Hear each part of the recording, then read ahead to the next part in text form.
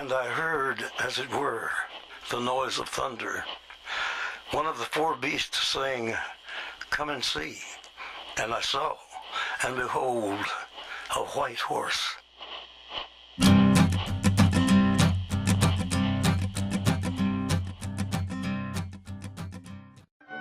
Like Roosevelt before him, Woodrow Wilson regarded himself as the personal representative of the people.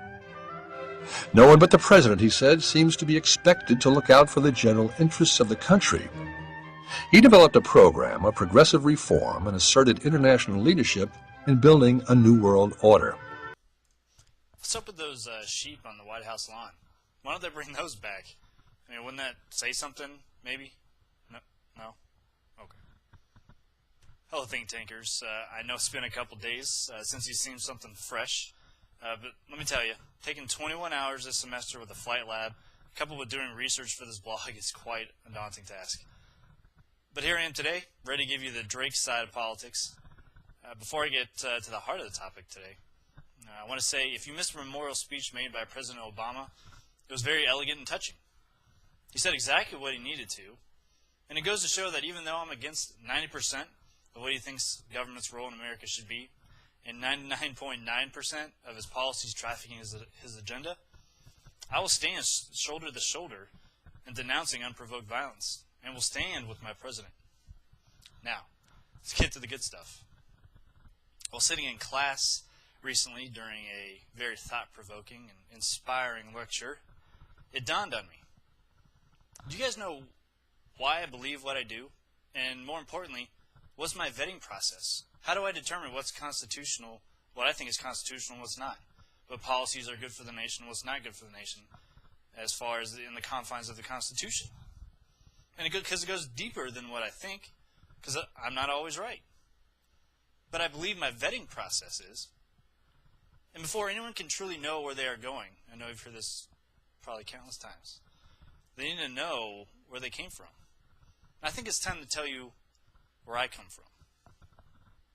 Over the next few blogs, and no, they won't be consecutive, I need to talk about the events going on today. I will tell you what I think inspired the men that wrote the Constitution, and what I mean by inspired, maybe that wasn't the best word. Where did they get all the elements to combine into this one document where we got our freedoms from? Something had to influence these men. I think that might be the cornerstone of how we can bring this country back to the principles it was founded on. And throughout this, maybe you'll learn some stuff you never learned, because I sure have. So let's start at the beginning. I see the Constitution as like a water purifier.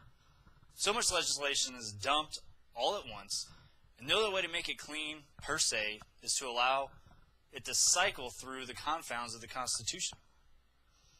Not mean to say that debate is unwanted or unauthorized, simply the opposite. The debate has ceased. No longer does reason guide our future, so let's start by discussing what is right and what is left. You might be saying, well, of course, the radical revolutionaries of communism is on the left and the military dictatorships of fascism are on the right. But what if I told you that might be the wrong yardstick? You see, this is how Europe classifies their parliaments. And this can be misleading because communism and fascism can vary from one generation from the next. Just look at China. And really, fascism and communism are pretty much identical, wherein they are a police state. So, as Americans, let's not look at political parties, but political power. This is the yardstick I believe that our founding fathers used, and they saw it as anarchy on the right and tyranny on the left. Pretty simple, right? Now, of course, the objective would be to find the balance in between. Too far right, you have the Articles of Confederation. No president.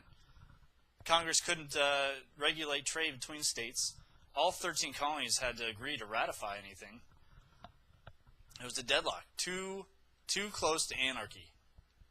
Now, too far left, you have the next King George.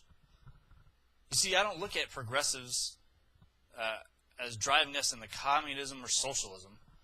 I see them merely as promoting a more tyrannical government. One that is free, but free of choice, free of thought, free of work, free of innovation.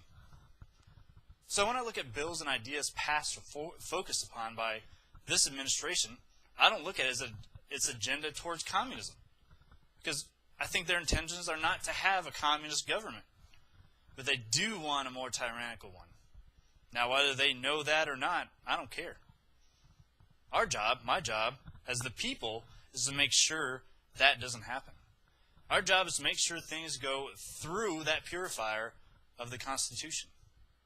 So I think the first step in knowing simply where an administration is taking us, instead of looking at what political party one might represent, look at the political power one might be implementing. And of course, human nature will always take us to tyranny. Now, like I said, I want to have many blogs on where I think the Constitution was inspired. And maybe this will give us an idea, the viewer, of how we can put this in the context of today and what's going on today with all these new regulations, the healthcare debate, the repeal of healthcare, the Republicans in office. Because let me tell you, Democrats are the only ones that infringe on our freedoms. Right? It's both sides. And it's our job to be the watchdogs on both sides. So I really implore you guys to watch the upcoming blogs. They're going to be good. I'm going to try not to bore you too much with facts. I know, because we all love facts, but sometimes we can present those facts better than other ways. So I really am excited about this, the next series coming up. The next one probably won't be on it. Like I said, we need to discuss things going on the here and now. But be sure that we will cover the things going on today in the context of what we're going to be talking about in the next upcoming blogs. Thanks, guys, for watching. It's a short one today. Got some homework to do.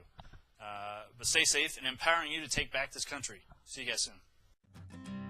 There's a man going round taking names, and he decides who to free and who to blame.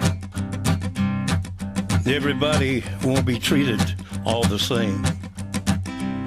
There'll be a golden ladder reaching down